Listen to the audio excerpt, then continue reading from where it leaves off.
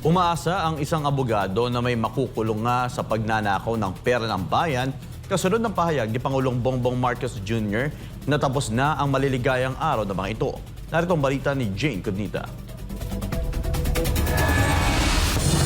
Kaya't yung mga taong yan na kasabwat dyan, ito, mga walang hiyang ito, na nagnanakaw ng pera ng bayan, tapos na ang maliligaya ninyong araw. Hahabulin na namin kayo.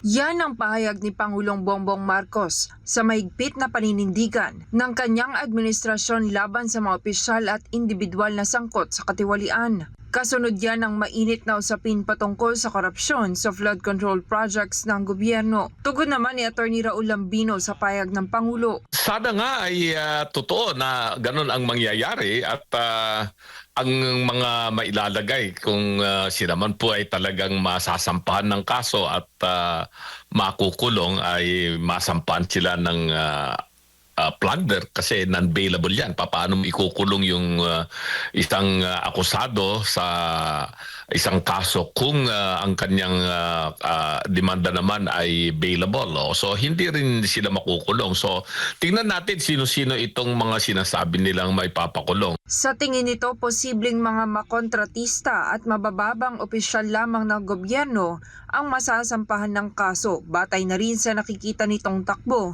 ng mga isinasagawang investigasyon sa flood control anomaly. Bakit parang walang mga matataas na mga opisyal ng pamahalaan na sangkot dito, nasasangkot sa issue ng flood control galing sa DPWH o galing sa Kongreso ang mga nababanggit? So baka malamang ang mga masasampan dito ay mga kontraktor lamang o kaya yung mga mabababang mga opisyal o kawani ng Department of Public Works and Highways ay hindi po yung katanggap-tanggap sa ating mamamayan. Sa laging pahayag din ni Pangulong Marcos nitong Huwebes, tiniyak nito na bago sumapit ang Kapaskuhan, ilan sa mga individual na nasangkot sa korupsyon ay makukulong na matapos ang masusing investigasyon at paghahanda ng matibay na ebidensya. Bukod sa pagpapanagot, nagpapatuloy din ayon sa Pangulo ang koordinasyon ng mga kaukulang ahensya upang masiguro ng bawat pisong ninakaw sa kaban ng bayan ay maibabalik sa taong bayan at magagamit sa mga programang makatutulong sa publiko.